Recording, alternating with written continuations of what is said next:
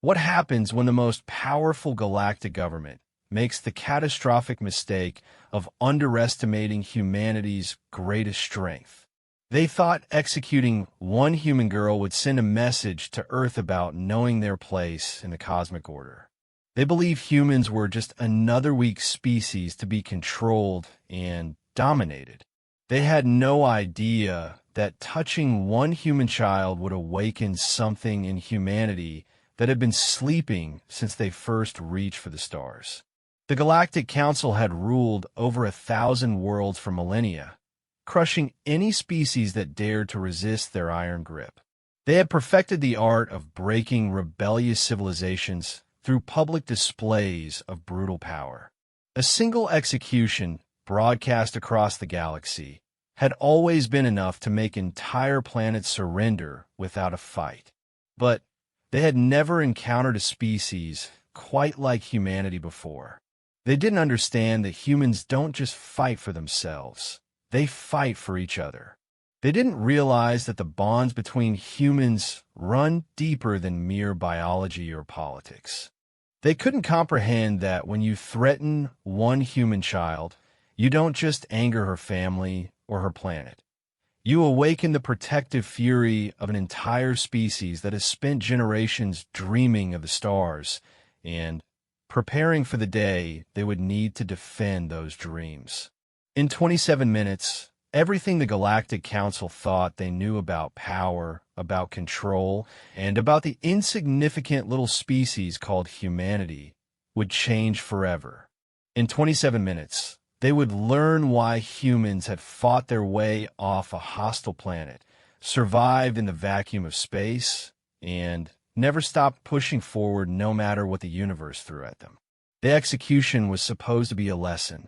Instead, it became the beginning of the greatest mistake in galactic history, and the moment humanity truly came of age among the stars. The crystalline chambers of the Galactic Council headquarters floated serenely in the void between star systems, their translucent walls reflecting the light of a dozen nearby suns. Inside the primary assembly hall, beings from across the galaxy gathered in their assigned positions, each species represented according to their standing in the cosmic hierarchy that had governed civilized space for over 3,000 years. High Arbiter Extera raised her 6 arms in the ritual gesture of absolute judgment, her chitinous exoskeleton gleaming under the artificial lighting. Around her, the other council members, the serpentine Veltar, the crystalline Cathai, the gaseous Nebulons contained in their environmental suits, and dozens of other species settled into position for what they considered routine business. The Council recognizes the matter of Sector 7834 Delta. Concerning the species designated as humans, Zawixthara announced, her translator converting her chittering voice into the common galactic language. Representative Colvin of the Veltar Dominion will present the case. The massive serpentine being uncoiled from his resting position, his scales rippling with patterns that indicated formal speech among his kind. Colvin had overseen the subjugation of 47 species during his career, and his reputation for efficient planetary pacification was legendary throughout the Council territories. Honored Council members, Colvin began, his forked tongue tasting the air as he spoke. The human species has proven problematic. Despite our clear directives following their recent admission to galactic society, they continue to resist proper integration into the established order. A holographic display materialized above the assembly, showing detailed reports from the human homeworld designated as Earth.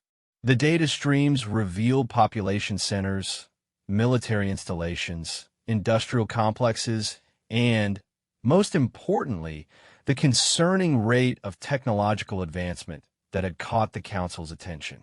Observe their development patterns, Colvin continued, manipulating the display with subtle movements of his tail. In the mere 50 Earth years since first contact, they have doubled their spacefaring capabilities, established unauthorized colonies in 17 systems, and, most disturbingly, have begun forming alliances with non-council species in their sector. Murmurs of concern rippled through the assembly. The Galactic Council maintained order through a carefully structured system where each species knew their place, contributed their designated resources, and never aspired beyond their assigned role. Species that grew too quickly or showed too much independence had a tendency to inspire others, leading to the kind of widespread unrest that had required extensive military intervention in the past. Furthermore, Colvin added, his scales now showing the deep crimsons and purples that indicated serious displeasure. They have repeatedly ignored our trade restrictions, refused to limit their population growth to approved levels, and their military forces have been observed conducting training exercises that far exceed the parameters allowed for a species of their classification. High Arbiter Vaxthara's mandibles clicked in what her species considered thoughtful consideration. The humans had indeed been flagged in multiple reports over the past decade. Their rapid expansion, technological innovation, and, most concerning of all, their tendency to treat other species as equals rather than acknowledging the natural hierarchy of galactic civilization, mark them as a potential threat to stability. What specific incident prompts this formal review? She asked, though she suspected she already knew the answer. 3 standard months ago, human vessels intervened in our lawful discipline of the Zephyrian colony worlds, Colvin replied, his display shifting to show tactical recordings of the encounter. When we moved to correct the Zephyrians' resource allocation deficiencies, human ships appeared without warning and demanded we withdraw from Zephyrian space. The recordings showed a scene that had become increasingly common in sectors where humans maintained a presence. The Veltar Enforcement Fleet, conducting what they considered a routine resource extraction from a non-compliant world, suddenly found themselves facing human vessels that had seemingly appeared from nowhere. Note the humans' tactical approach. Colvin continued with obvious irritation. They did not announce their presence through proper diplomatic channels. They did not request permission to enter the operational space. They simply arrived and issued ultimatums as if they possessed authority equal to a council enforcement action. The tactical display revealed the uncomfortable truth that the council members all recognized, but none wished to acknowledge openly. The human vessels, despite being technologically inferior on paper, had positioned themselves with a precision and strategic awareness that had forced the much larger Veltar fleet to withdraw rather than risk a confrontation they were not certain of winning. More disturbing still, Colvin's scales now showed patterns of barely controlled rage. When we attempted to negotiate the matter through proper channels, the human ambassador informed us that they did not recognize the Council's authority to conduct resource extractions from independent worlds, and that any future such actions in their sphere of influence would be met with appropriate defensive measures. The silence that followed this statement was profound. In 3,000 years of galactic governance, no species had ever openly challenged the Council's fundamental right to manage resources and populations as they saw fit. The very concept of independent worlds was antithetical to the ordered structure that kept hundreds of species in line. Council member Threshanda of the Karthai resonated with harmonic frequencies that conveyed deep concern. Her crystalline form pulsed with internal light as she spoke. The implications of allowing this precedent to stand are unacceptable. If humans can openly defy council authority without consequences, other species will begin to question their own obligations to the established order. Precisely the concern that brings us here today, the Waxthara acknowledged. However, direct military action against the human homeworld would be extensive. Their defensive capabilities, while primitive by our standards, are distributed across multiple systems and would require significant resources to overcome. This was the careful, diplomatic way of acknowledging what the military assessments had revealed.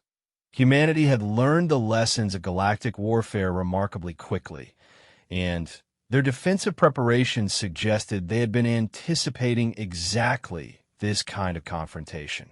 A direct assault on Earth would likely succeed, but the cost in Council ships and personnel would be substantial enough to potentially inspire other restless species to test the Council's strength. Which is why I proposed the traditional solution, Colvin announced, his scales shifting to patterns of cruel satisfaction. A demonstration that makes the consequences of defiance clear to all species, while requiring minimal resource expenditure on our part. The High Arbiter's mandibles clicked in understanding. The traditional solution had been used successfully for centuries when dealing with species that needed to be reminded of their place in the galactic order. Rather than engaging in costly military campaigns, the Council would identify key individuals from the defiant species and arrange for their public execution, broadcasted across all inhabited worlds as a reminder of what happened to those who challenged the established order. "You have identified appropriate subjects?" she asked. "Indeed. Our intelligence networks within human space have identified several possibilities, but one stands out as particularly suitable for our purposes." Colvin manipulated the display again, and the image of a young human female appeared in the center of the chamber. The girl appeared to be in the early stages of human adulthood, with a kind of bright, determined expression that seemed common among her species. The data accompanying her image revealed that she was 16 standard years old, named Sarah Chun, and was currently serving as a cadet in the human space forces while simultaneously studying xenobiology at one of their primary educational institutions. This individual represents several factors that make her an ideal subject, Colvin explained with obvious pleasure. She is young enough to generate significant emotional response from her species, old enough to be considered responsible for her actions, and, most importantly, she was present during the Zephyrian incident as part of a human cultural exchange program. The tactical recordings shifted to show the bridge of one of the human vessels during the confrontation, where young Sarah Chun could be seen at a communication station, apparently coordinating with the Zephyrian colonists to provide them with real-time updates on the Council fleet's movements. Her actions directly contributed to the humans' ability to interfere with our lawful operations, Colvin continued. By galactic law, this makes her a legitimate target for justice, while her youth and obvious importance to her species will ensure that her execution sends the proper message to Earth and any other worlds considering similar defiance. The Council members exchanged the various forms of communication their species used to indicate agreement. The logic was sound, the precedent well established, and the message would be unmistakable. One public execution, properly broadcast and documented, would remind humanity and every other species in the galaxy that the Galactic Council's authority was absolute, and the consequences of defiance were always the same. Furthermore, Colvin added, our psychological profiles of humans suggest they are unusually attached to their young.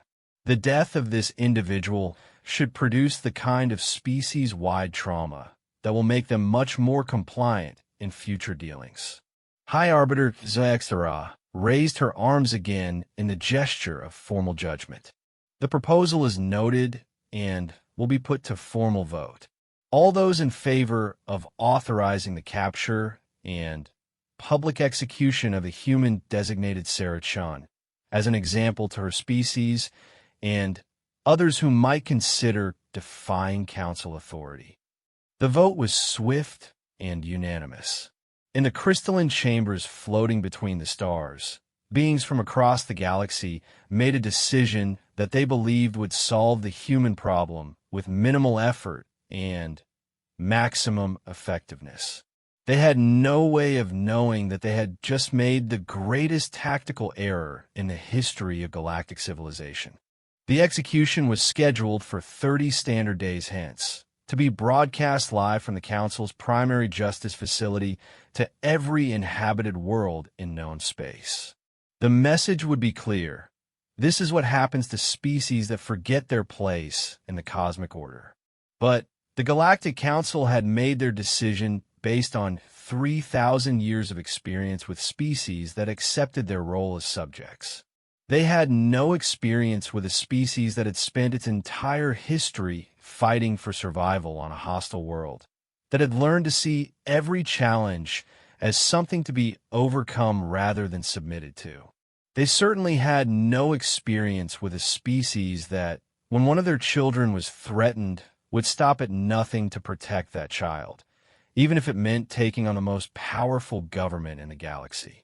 As the council members dispersed to their respective domains to oversee the implementation of their judgment, none of them noticed the small sensor probe that had been observing their proceedings from a carefully shielded position near the station's outer hull. The probe had been placed there months earlier by human intelligence operatives who had learned that the best way to understand their enemies was to listen to what they said when they thought no one was watching. Within hours, the recording of the Council's decision was transmitted through a chain of hidden relay stations, traveling through human space faster than any official communication. By the time the Council's formal announcement of Sarah Chen's capture and scheduled execution reached Earth through diplomatic channels, humanity had already begun preparing their response. The Galactic Council expected the humans to beg for mercy, to offer concessions and apologies in exchange for their child's life. They expected negotiations, diplomatic protests, and ultimately submission to the reality of their superior power. They had no idea that humans had been preparing for this moment since the day they first realized they were not alone in the universe. They had no idea that every human military doctrine, every technological development, every strategic plan had been built around a single fundamental principle. No one touches human children, not even the most powerful government in the galaxy. The Emergency Assembly of the Terran Federation convened in Geneva exactly 4 hours and 37 minutes after the intercepted recording reached Earth. Representatives from every human colony, every orbital station, every ship in the void between stars, had somehow managed to establish connection to the secured communications network that linked humanity's scattered children across dozens of star systems. Admiral Elena Vasquez stood at the center of the circular chamber, her weathered face showing no emotion as she activated the holographic display that would change the course of human history. Around her, the faces of humanity's leaders reflected the same grim determination that had carried their species from the caves of Earth to the stars themselves. "Ladies and gentlemen," she began, her voice carrying the weight of absolute certainty. "As of 0600 hours this morning, the Galactic Council has committed an act of war against the human species." The recording played without commentary. Every person in that chamber, whether physically present or attending via quantum communication from the far reaches of human space, watched in silence as alien beings casually discussed the execution of a 16-year-old girl as if she were nothing more than a piece on some cosmic chessboard. When Sarah Chen's image appeared in the council chamber, displaying her bright smile and eager eyes, the silence in the Geneva assembly became profound. This wasn't some abstract political crisis or distant diplomatic incident. This was one of their children, threatened by creatures who saw humanity as nothing more than another species to be controlled and broken. President Martinez of the American Federation was the first to speak when the recording ended. "Admiral, what is our current military readiness? As of this moment, We have activated Protocol 7, Vasquez replied, referring to the highest level of military preparation in human doctrine. All fleet assets are moving to predetermined positions. All colonies are implementing defensive measures. All civilian populations are being prepared for potential evacuation to secure locations.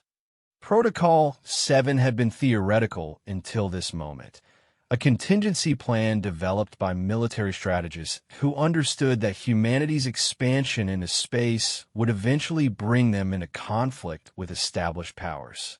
It represented the complete mobilization of every military asset humanity possessed, the transformation of their entire civilization into a war footing designed for one specific purpose: the protection of human lives against any threat, regardless of the odds. Status of our intelligence networks? Asked Director Chun of the Colonial Administration, Sarah's own great-uncle, his voice steady despite the personal nature of the crisis. Operation Listening Post has exceeded all expectations, replied Colonel Sarah Kim, head of Human Intelligence Services. We have successfully infiltrated 93% of Council communication networks, including real-time access to their primary command structures. We know the location of their main fleets, their supply lines, their command personnel, and, most importantly, the exact location where they intend to hold the execution.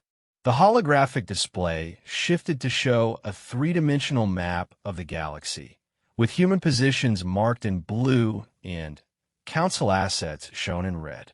What it revealed would have shocked any Council member who saw it. Humanity's intelligence network was far more extensive and sophisticated than anyone had suspected. They believe they're dealing with a primitive species that stumbled into space technology, Kim continued. They have no idea that we've been preparing for this confrontation since first contact. Every diplomatic meeting, every trade negotiation, every cultural exchange has been an intelligence-gathering operation designed to map their capabilities and identify their weaknesses. General Harrison of the Marine Corps leaned forward, his scarred hands folded on the table before him. What about Sarah's location and extraction possibilities? The Council is holding her at their primary justice facility, Station Omega 7, located in the Nexus system, Vasquez responded. It's heavily defended and positioned at the intersection of multiple hyperspace lanes, making conventional rescue extremely difficult. They chose this location specifically because it's supposed to be impregnable. Supposed to be, President Martinez noted. Yes, sir. We've identified 17 different approach vectors that could potentially reach the station undetected, but any rescue operation would require engaging the entire Council defensive fleet. Current estimates suggest we would need to commit at least 60% of our total military assets to ensure success, with casualty projections in the hundreds of thousands. The silence that followed this assessment was heavy with the weight of impossible mathematics. Humanity could mount a rescue mission, but the cost would likely cripple their civilization's ability to defend itself against the inevitable Council retaliation. There's another factor to consider, added Dr. Yuki Tanaka, humanity's leading expert on galactic politics and alien psychology. The execution is scheduled to be broadcast live to every inhabited world in Council space. They're not just killing Sarah. They're using her death as a tool to terrorize every other species that might be considering resistance to Council authority.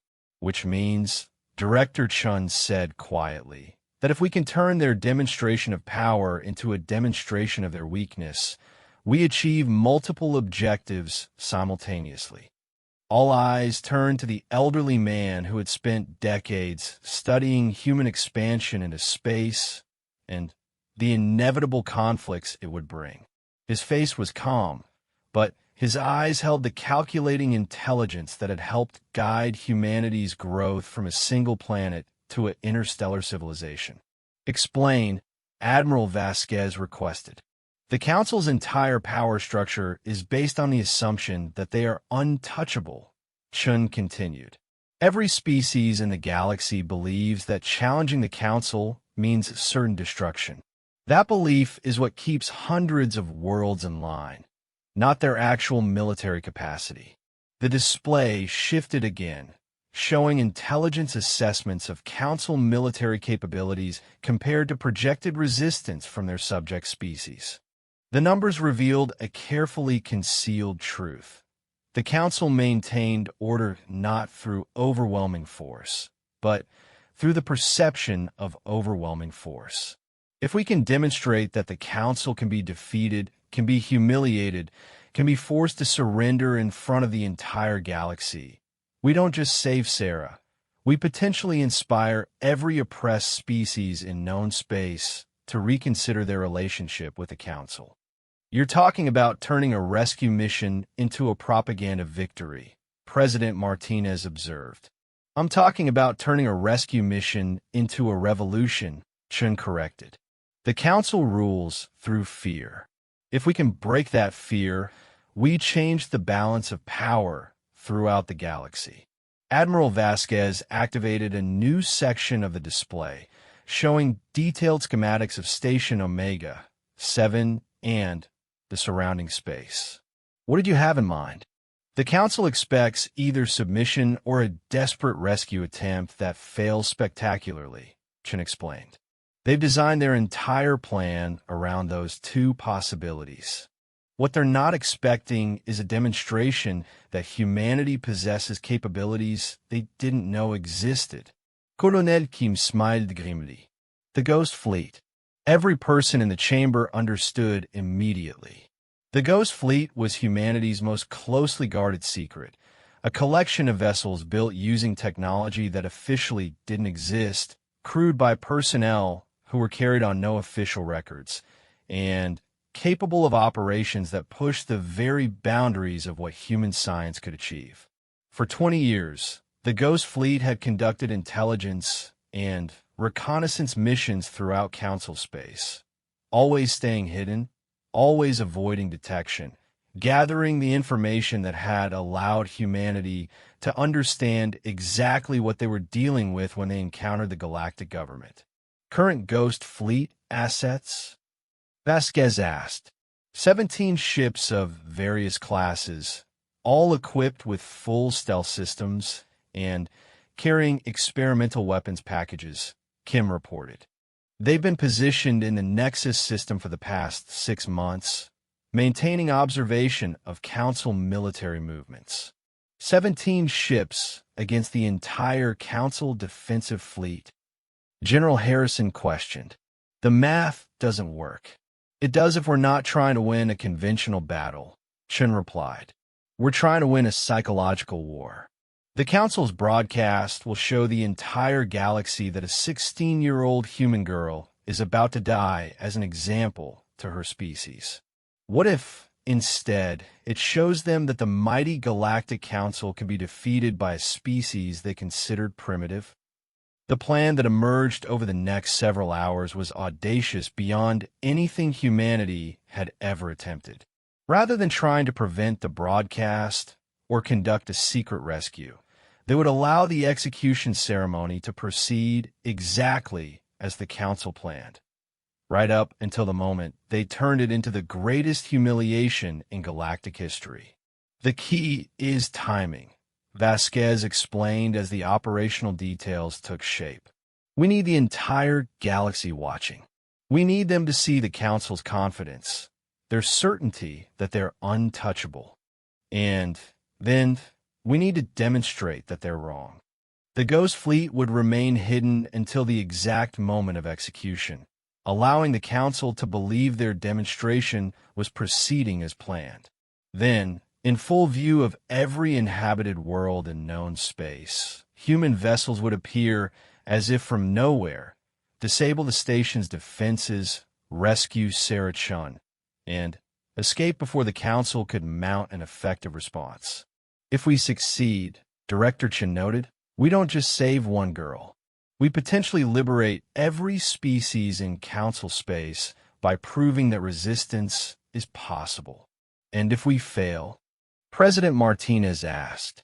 If we fail, Admiral Vasquez replied grimly, we've just given the Council justification for the complete destruction of human civilization.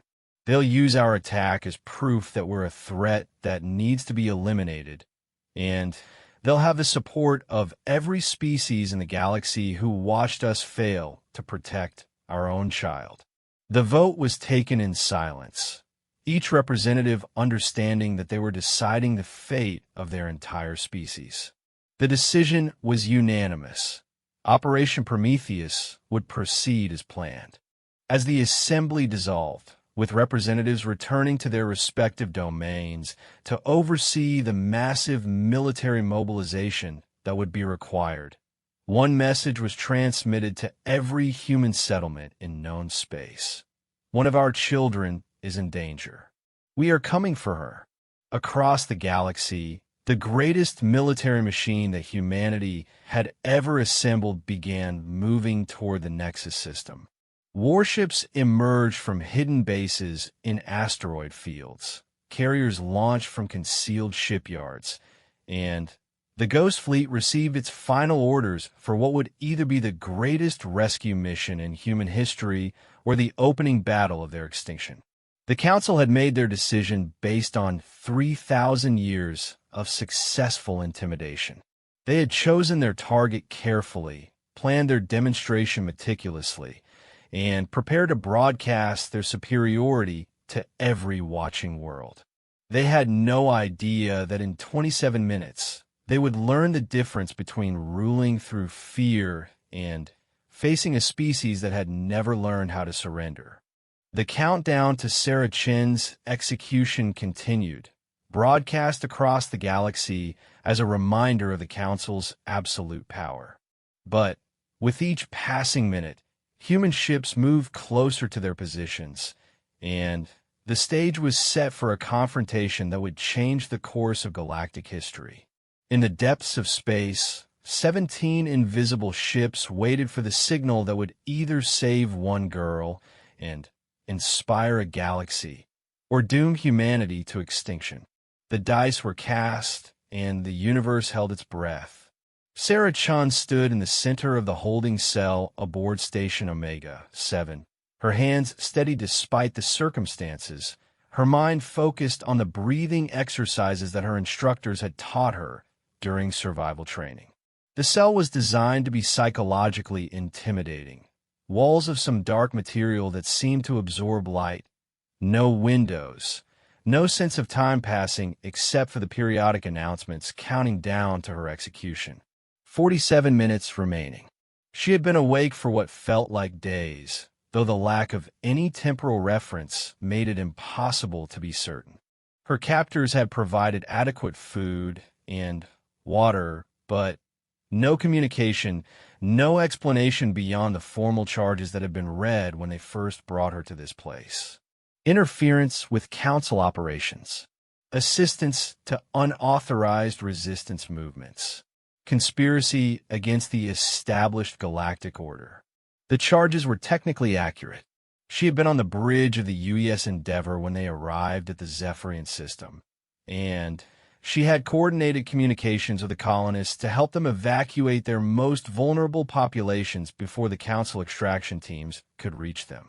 She had known at the time that her actions were probably illegal under galactic law, and she had done them anyway, because letting innocent people suffer when you had the power to help them was not something any human could accept. Now she was going to die for that choice, and her death would be broadcast across the galaxy as a warning to anyone else who might consider standing up to the Council's authority. It should have terrified her. Instead, she found herself thinking about her xenobiology classes, about the fascinating diversity of life forms she had studied, and about how many of them were now forced to live under the Council's rigid control. The Zephyrians themselves were a perfect example. They had evolved from aquatic creatures on a water-rich world, developing a complex civilization based on sustainable resource management and cooperative problem solving.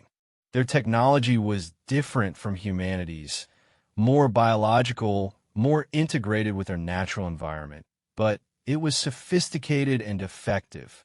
They had achieved interstellar travel through methods that human scientists were still trying to understand. And yet, under Council rules, they were classified as a resource extraction species, meaning their primary function in galactic society was to provide raw materials to support the infrastructure needs of higher classified civilizations. Their unique technology, their cultural achievements, their artistic expressions, none of that mattered to the Council's bureaucratic categories. Sarah had spent 3 weeks living with a Zephyrian family as part of the cultural exchange program, learning their language, participating in their daily routines, and helping their children with mathematical concepts that seemed universal despite the vast differences between their species. They had welcomed her with the same enthusiasm they showed for all new experiences, sharing their knowledge freely and asking countless questions about human customs and beliefs. When the Council extraction fleet arrived to correct their resource allocation deficiencies, Sarah had watched families torn apart as the most capable adult Zephyrians were selected for forced labor assignments on industrial worlds thousands of light years from their home. She had seen children crying for parents who were loaded onto transport ships with no guarantee of ever returning. She had witnessed an entire civilization being systematically dismantled because they had dared to use their resources to improve their own lives rather than contributing them to the Council's quota system. Any human who saw such a thing would have acted exactly as she did. The communications coordination that earned her these charges was simply a way to help families stay together during the evacuation, to ensure that medical supplies reached the injured, and to provide the Endeavor's crew with accurate information about which areas were most in need of assistance. She regretted nothing. 31 minutes remaining. The announcement echoed through the cell in the mechanical voice of the station's automated systems, translated into human language for her benefit. Somewhere in the galaxy, billions of beings were watching the countdown, receiving regular updates about the upcoming demonstration of Council justice. The psychological warfare was as important as the physical act, making sure every species understood that resistance was futile, that the Council's power was absolute, and that cooperation was the only path to survival. But Sarah had studied enough galactic history to understand something that the Council seemed to have forgotten. Every empire in galactic history had considered itself invincible right up until the moment it collapsed. The Council's own record spoke of dozens of previous galactic governments that had ruled through fear and intimidation, each one certain that they had discovered the perfect formula for permanent control. The Council had been in power for 3,000 years, which was impressive by galactic standards, but hardly eternal. More importantly, they had achieved that longevity not through superior military might, but through careful management of information and perception. They ruled by making sure that no species ever realized how many others shared their resentment of Council authority. Humans were different. They had only been part of galactic civilization for 50 years, which meant they had no cultural memory of submission to the Council's authority. More importantly, they had achieved interstellar travel independently, developing their own technology and their own approach to space exploration before they ever encountered the established galactic order. Most species were introduced to space travel by the Council, given access to galactic technology and infrastructure in exchange for accepting their assigned role in the hierarchy. They learned to see the galaxy through Council frameworks from the very beginning. But humans had already developed their own vision of what galactic civilization should be, one based on cooperation between equals rather than submission to authority. That fundamental difference in perspective was why the current crisis was inevitable. Humans would never accept being classified as a subordinate species because they had never seen themselves as subordinate to anyone. 22 minutes remaining. The cell's wall suddenly became transparent, revealing the observation deck where various alien dignitaries had gathered to witness the execution.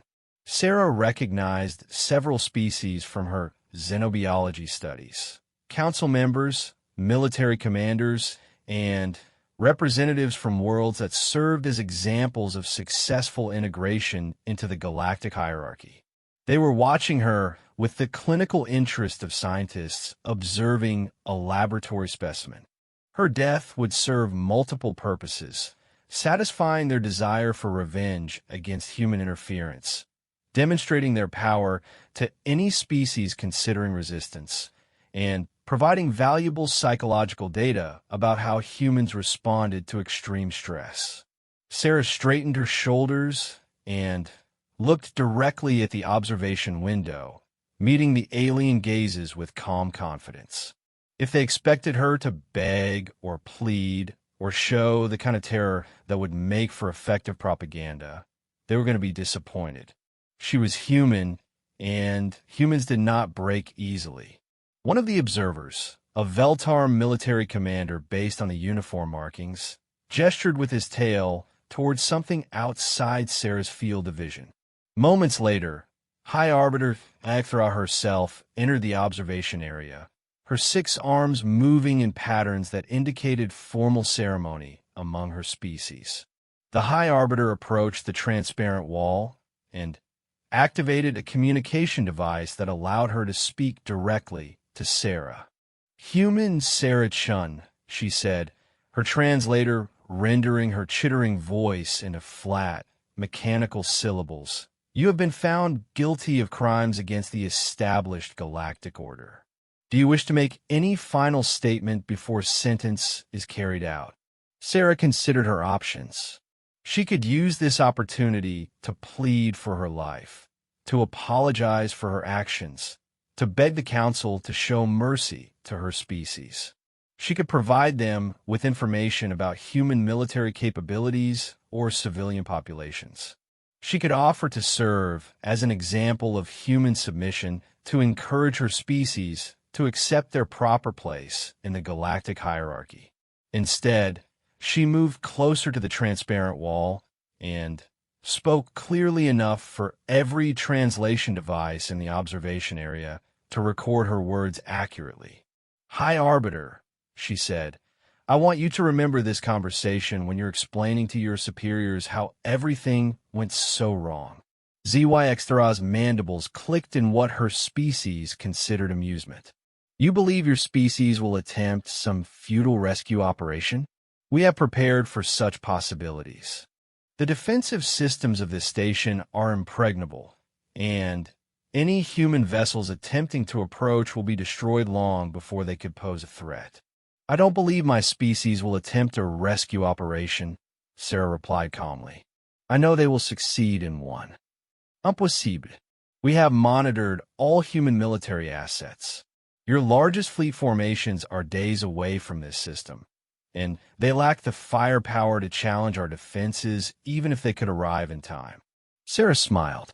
"High Arbiter, has it occurred to you that a species capable of developing interstellar travel independently might also be capable of developing technologies that you haven't observed yet?" For the first time since the conversation began, ZYXThra's confident demeanor showed a crack of uncertainty. The possibility that humans possessed hidden capabilities was theoretically possible, but the Council's intelligence networks were extensive and sophisticated.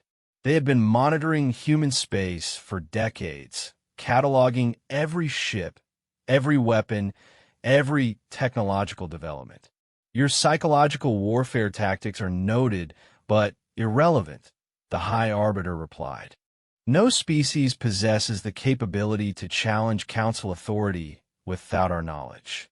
17 minutes ago, Sarah said, you were absolutely certain that no human rescue attempt was possible. Now you're trying to convince yourself that your intelligence networks are infallible. How confident are you feeling about that assessment? The question struck home. Zooxanthellae species had evolved as apex predators on a world where overconfidence meant death, and some instincts transcended millions of years of civilization. The human girl's calm certainty in the face of imminent death was triggering ancient warning signals that something was not as it appeared. 15 minutes remaining. The countdown continued, but now the observers in the chamber were exchanging the subtle communications that their species used to express uncertainty and concern. Sarah's behavior was not matching their psychological profiles of how humans should respond to this situation, and the discrepancy was making them reconsider their assumptions about human capabilities and intentions. Furthermore, Sarah continued, you might want to consider what happens after you kill me. Do you really think my death will make humans more compliant with council authority? Or do you think it might convince them that cooperation with the council is impossible and that their only option is to fight? Humans lack the military capacity to challenge the council, the Zooxanthellae stated, but her voice carried less conviction than before. Humans spent millions of years surviving on a planet that was actively trying to kill them, Sarah replied. We've fought wars against diseases, natural disasters, hostile animals, each other, and the vacuum of space itself.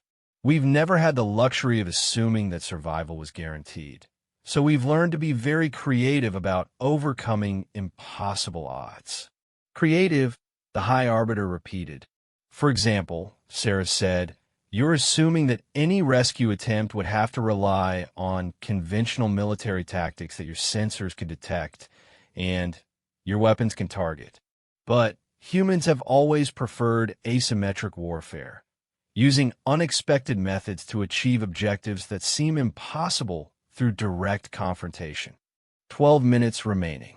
Somewhere in the depths of space around Station Omega 7, 17 human vessels maintained perfect stealth, their crews monitoring the broadcast and preparing for an operation that would either save one of their own or mark the beginning of humanity's final war. The Ghost Fleet represented the absolute pinnacle of human military technology, ships that officially did not exist carrying weapons that pushed the boundaries of known science. Captain Maria Santos of the UES Phantom, the Ghost Fleet's flagship, watched Sarah's conversation with the High Arbiter on her command screen and felt a surge of pride that made her chest tight with emotion. The girl was buying them precious time while simultaneously conducting psychological warfare against the enemy, turning what should have been a demonstration of council power into a source of doubt and uncertainty. All ships report ready, her tactical officer announced quietly. Weapons charged and targeting systems locked, added the weapons officer. Stealth systems holding steady. We are invisible to their sensors, confirmed the engineering section. Santos nodded and opened a channel to the entire Ghost Fleet. All ships, this is Phantom Actual. In 11 minutes, we are going to demonstrate to the galaxy that no one threatens human children without consequences. Our mission is simple. Retrieve Sarah Chun and show the Council that their reign of terror is ending. All crews, stand by for Operation Prometheus. Execute on my mark. Throughout human space, millions of people watched the countdown and prayed for a miracle. In the depths of space, 17 impossible ships prepared to provide one. The Galactic Council was about to learn that humans did not make threats. They made promises. And they had promised to bring their children home. The central execution chamber of Station Omega 7 was designed to be the ultimate expression of council authority, a vast spherical space surrounded by observation galleries that could accommodate representatives from hundreds of worlds, all connected by quantum communication links to broadcast the proceedings across the galaxy in real time. The chamber's walls displayed a continuous stream of data showing the billions of beings who were watching, turning execution into a shared experience that reinforced the Council's power over every aspect of galactic civilization. High Arbiter HFY stood at the center of the chamber, her 6 arms positioned in the ritual configuration that signified absolute judgment.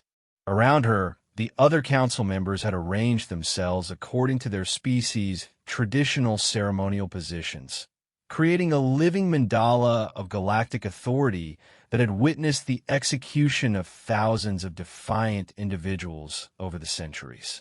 5 minutes remaining.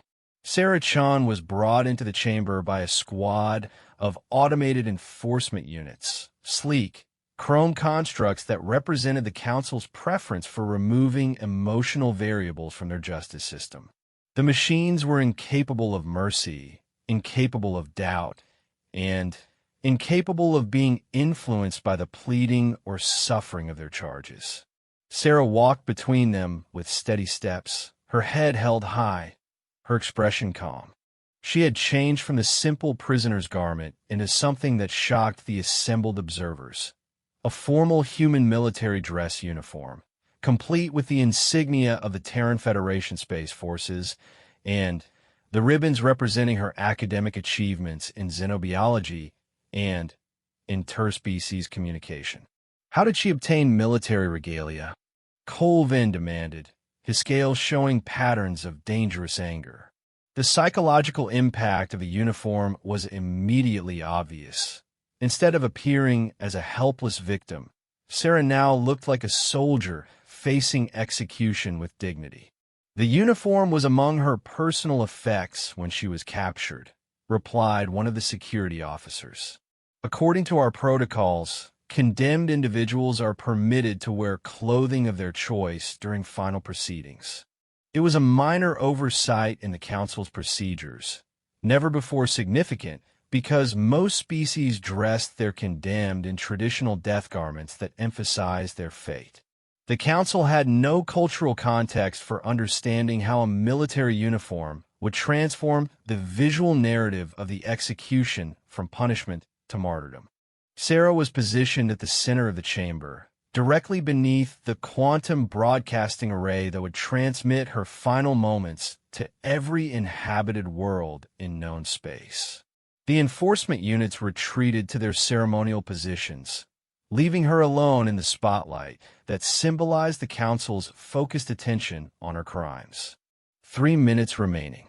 Citizens of the galaxy, High Arbiter HFY began, her voice carrying across quantum space to billions of listeners. Witness the consequences of defying the established order that has brought peace and prosperity to our civilization for 3 millennia. The holographic displays around the chamber showed Sarah's image being broadcast simultaneously to Council worlds, independent systems, and even the primitive species that had only recently achieved radio communication. Every being capable of receiving the transmission was watching as the Galactic Council prepared to demonstrate that resistance was futile. The human Sarah Chan stands condemned for crimes against galactic stability, HFY continued. Her actions in supporting unauthorized resistance to lawful council operations represent the dangerous ideology that threatens the peace we have built together. Let her death serve as a reminder that cooperation and compliance are the only paths to survival in civilized space.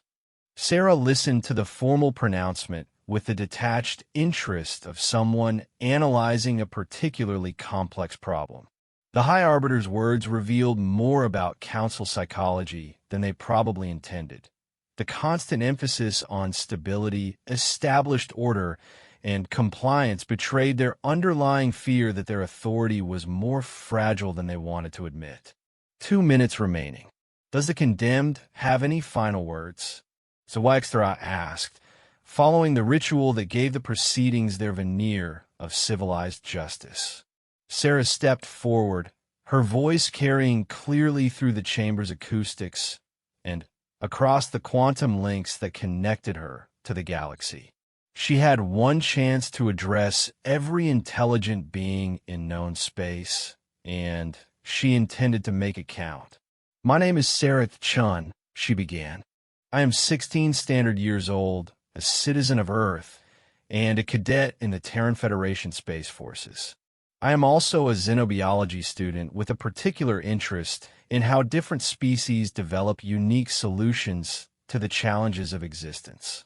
She paused, letting her words settle across the vast audience that was watching. This was not the pleading or defiance that typically characterized final statements, but something much more dangerous to council authority: education. "In my studies, I have learned that the galaxy contains thousands of remarkable civilizations, each one having developed incredible technologies, beautiful art forms, and sophisticated philosophical systems. The Zephyrians, for example, have mastered biotechnology that allows them to grow living starships. The Crystalline Collective has created a form of distributed consciousness that spans entire star systems.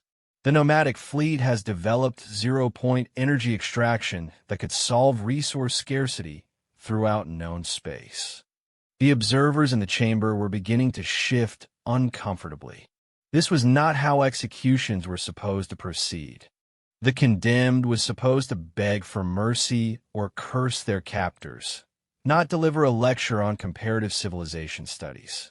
"But under the current galactic order," Sarah continued, "none of these achievements matter. The Zephyrians are classified as resource extractors, forced to abandon their biotechnology to provide raw materials for council projects.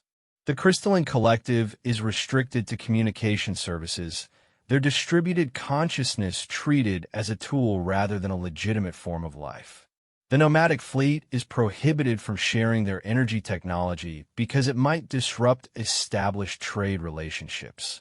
1 minute remaining. High Arbiter HFY raised her arms to interrupt, but Sarah's voice carried over her attempted intervention. "The Council maintains order by convincing every species that they are alone, that resistance is impossible, that submission is their only choice for survival. But what if that's not true? What if cooperation between free peoples is actually stronger than control imposed by authority?" "Enough," HFY commanded. "Proceed with the execution." The quantum broadcasting array hummed to life, focusing lethal energy beams that would disintegrate Sarah's molecular structure in seconds. Throughout the galaxy, billions of beings watched as the Council prepared to demonstrate their absolute power over life and death. 30 seconds remaining. Sarah looked directly into the broadcasting array, speaking to every watching eye across the galaxy. "To every species listening to this broadcast, I want you to know that you are not alone. Somewhere in the galaxy, there are others who believe that intelligence should be free, that cooperation is stronger than domination, and that no government has the right to determine the destiny of entire civilizations." 20 seconds remaining. The energy beams began to charge, their harmonic resonance creating an ominous tone that filled the execution chamber. The enforcement units moved into final positions, their sensors locked on Sarah to ensure that the execution proceeded with mechanical precision. 15 seconds remaining. "And to my own species," Sarah added, her voice steady despite the growing energy buildup around her, "remember that we are human. We do not abandon our children, and we do not surrender to bullies, no matter how powerful they claim to be." 10 seconds remaining. Captain Santos watched the execution broadcast from the bridge of the UES Phantom, her hand hovering over the control that would begin Operation Prometheus.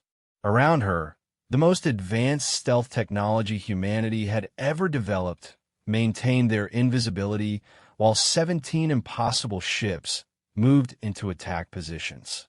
5 seconds remaining. "All ships, Santos spoke quietly into her command circuit. On my mark. For seconds remaining.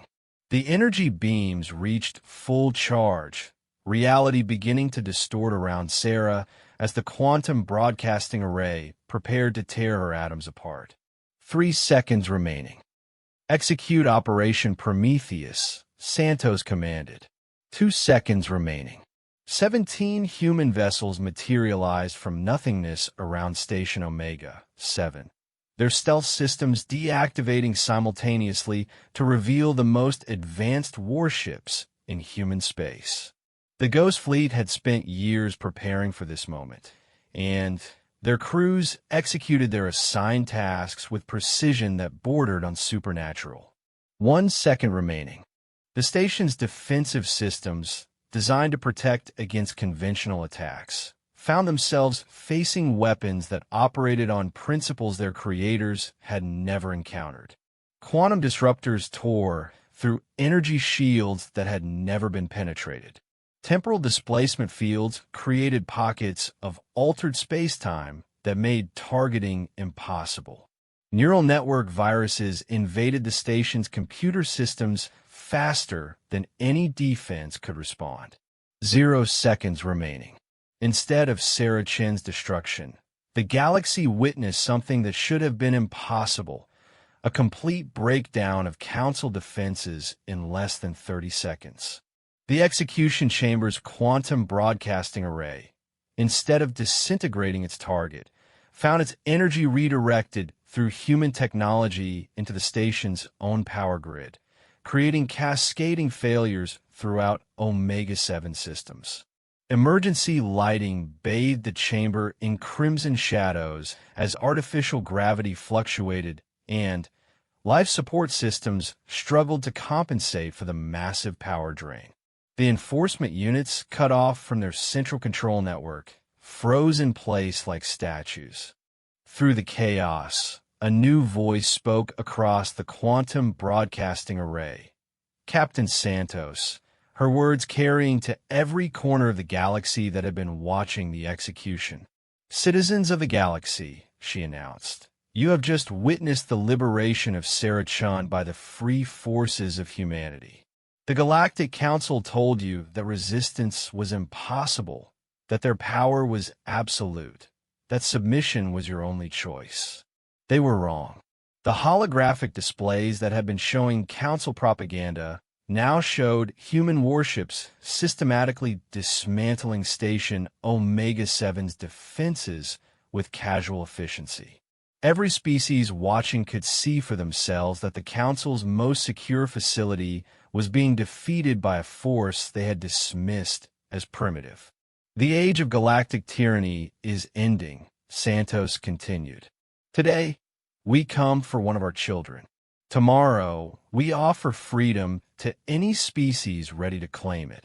In the execution chamber, Sarah Chun stood unharmed in the center of a maelstrom of failing technology and panicking aliens. She looked directly at High Arbiter Daxra, who was staring in disbelief at the impossible sight of her invincible station being conquered by humans she had considered barely capable of spaceflight. High Arbiter, Sarah said calmly, I believe I mentioned that humans are very creative about overcoming impossible odds. The rescue operation continued with mechanical precision. Human boarding parties materialized throughout the station using technology that made solid matter seem optional. Council security forces found their weapons useless against armored suits that seemed to exist in multiple dimensions simultaneously. Command centers that had been secured behind layers of the strongest materials known to galactic science were penetrated as if their walls were made of paper. Within 17 minutes of the Ghost Fleet's appearance, Sarah Chun was aboard the UES Phantom. Station Omega 7 was completely under human control, and the most secure facility in Council space had been transformed into a monument to the possibility of resistance. The execution that was supposed to terrorize the galaxy into submission had become something entirely different. The first victory in a war that the Galactic Council had started, but was no longer certain they could win. And in the depths of space, other species were beginning to ask themselves a dangerous question. If humans could do this, what else was possible? The aftermath of Sarah Chin's rescue rippled across the galaxy faster than the speed of light, carried by the same quantum communication networks that had been meant to broadcast her execution to every inhabited world. Within hours, the impossible had become undeniable. A 16-year-old human girl had been snatched from the most secure facility in Council space by ships that appeared and disappeared like phantoms, leaving behind a monument to the vulnerability of galactic authority. On the bridge of UES Phantom, Sarah stood before the primary communication array, still wearing her dress uniform, but now addressing a very different audience than the Council had intended. The quantum broadcasting network that had been designed to carry her final words as a condemned criminal was now transmitting her first speech as a symbol of galactic resistance. "Citizens of the galaxy," she began, her voice steady and clear as it reached billions of listeners across hundreds of worlds. "My name is Sarah Chun, and I am very much alive." The simple statement carried implications that shook the foundation of Council authority. For 3,000 years, no one had ever escaped Council justice. The execution chambers had been absolutely final, the demonstrations of power completely unbreakable. The mere fact that Sarah was speaking contradicted everything the galaxy thought it knew about the limits of the possible. "The Galactic Council wanted to use my death to teach you that resistance was futile," she continued. "Instead, they have learned that humans do not abandon their children, and we do not surrender to bullies, no matter how powerful they pretend to be." Captain Santos monitored the communication feeds from across known space, watching as the broadcast reached species that had been subjugated for centuries, worlds that had never imagined that the Council could be challenged, civilizations that had accepted their assigned roles without question. The response was immediate and electric. For the first time in millennia, people throughout the galaxy were asking if the established order was really as permanent as they had been told. But this rescue was never just about saving one person, Sarah continued, and Santos smiled at the girl's instinctive understanding of a larger strategic situation. This was about proving a point that every species in the galaxy needs to understand. The Council rules through fear, not strength. They maintain order by convincing you that resistance is impossible, but what you have witnessed today proves that they were lying. The holographic displays on the Phantom's bridge showed real-time analysis of communication traffic throughout Council space, and the data was staggering. Encrypted transmissions between resistance cells had increased by 3,000%.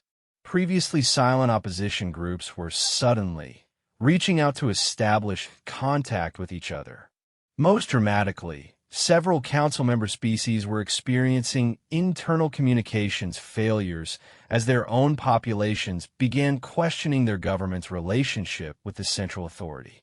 The Council told you that they knew about every human military asset, that our capabilities were cataloged and contained, Sarah said, her words cutting through decades of carefully constructed propaganda. They were wrong. They told you that their defenses were impregnable, that their authority was absolute. They were wrong about that too. On Zephyria, the same aquatic beings whose resource extraction crisis had started this entire conflict were gathering in massive underwater assemblies, their bioluminescent communication systems creating patterns of light that spelled out words in human language. Thank you. On the crystalline worlds of the HFY Collective, harmonic resonances that had been silent for centuries were beginning to vibrate with frequencies that their masters had forbidden. Throughout the nomadic fleet, ships that had been restricted to predetermined routes were quietly beginning to deviate from their assigned courses.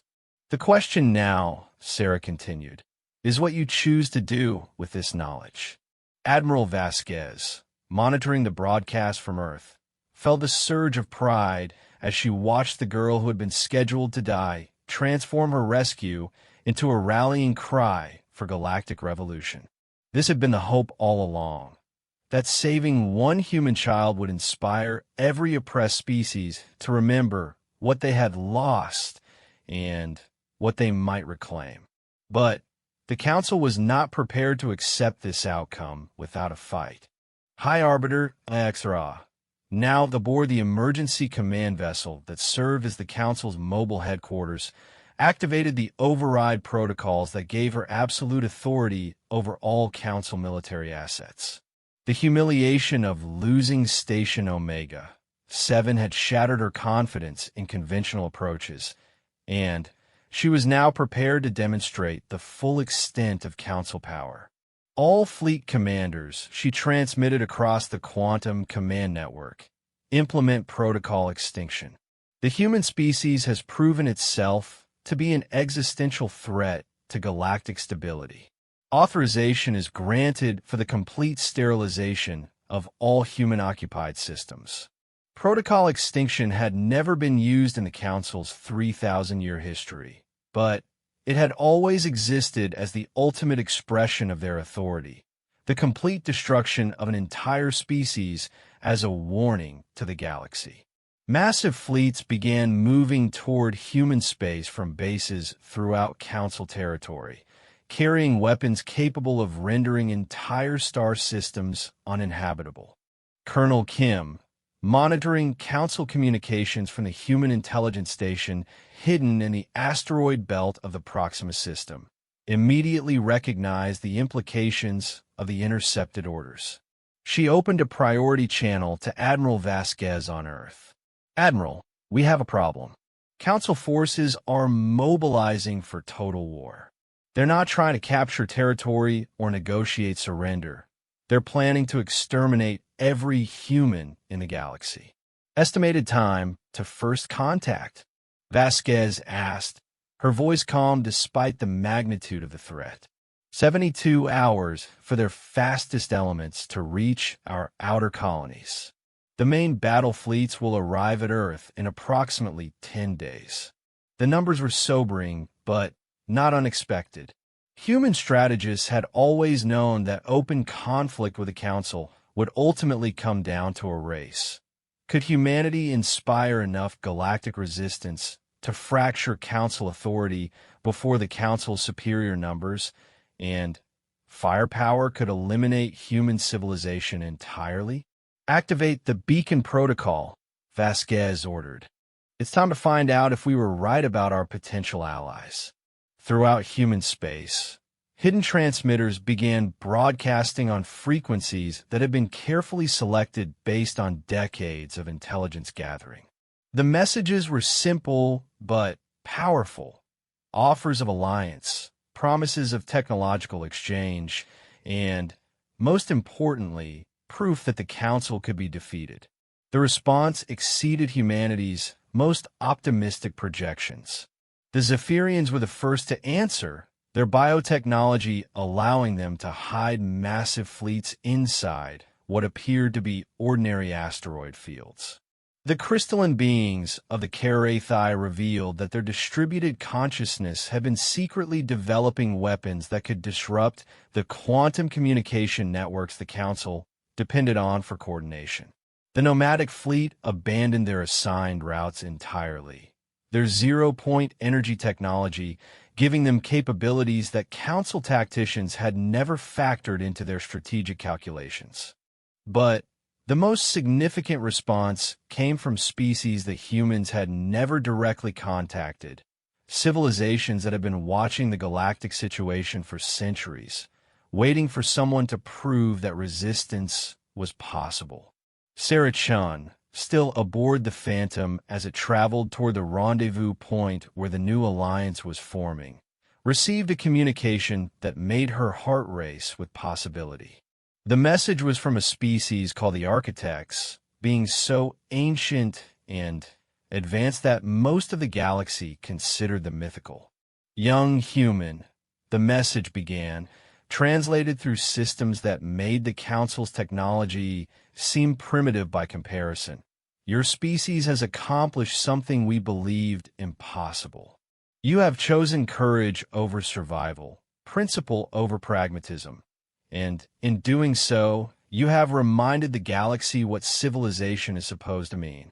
The holographic figure that appeared in the Phantom's communication chamber was unlike anything Sarah had studied in her xenobiology courses.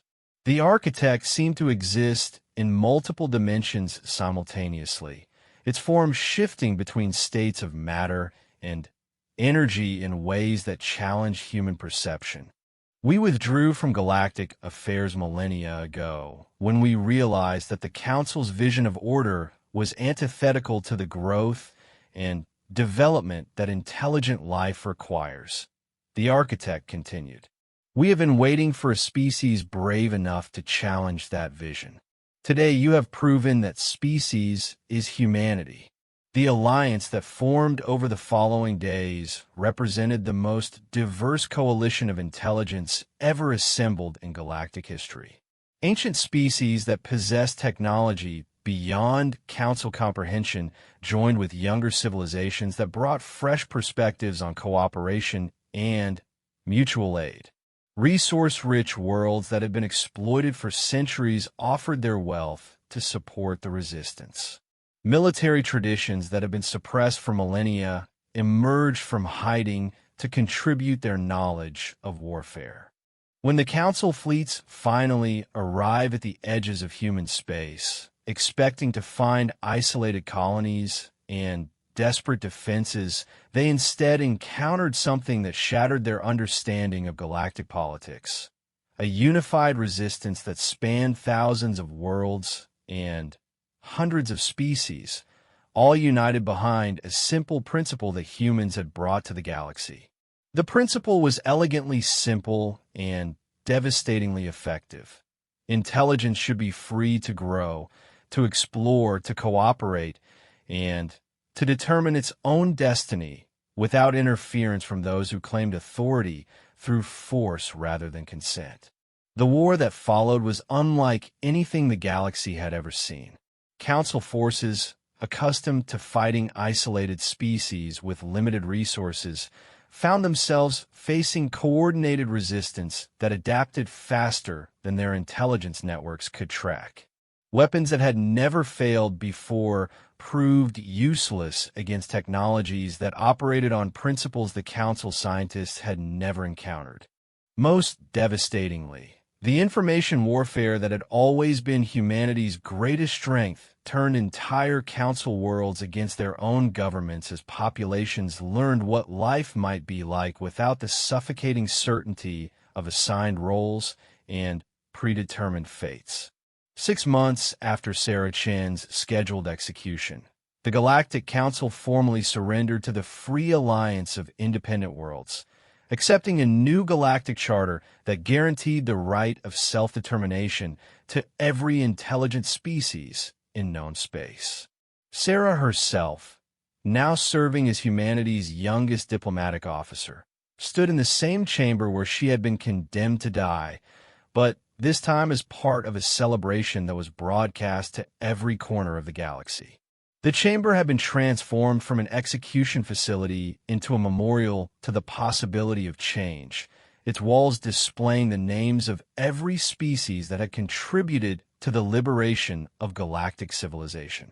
6 months ago, she said, addressing the same audience that had been gathered to witness her death, the old Galactic Council believed that fear was stronger than hope, that control was more powerful than cooperation, and that the established order was more important than justice. Today, we celebrate their discovery that they were wrong about all of these things. The new galaxy that emerged from the ashes of Council authority was not perfect. No system of government ever could be when it attempted to coordinate the needs and desires of thousands of different forms of intelligence. But it was based on principles that Sarah's species had brought to the stars.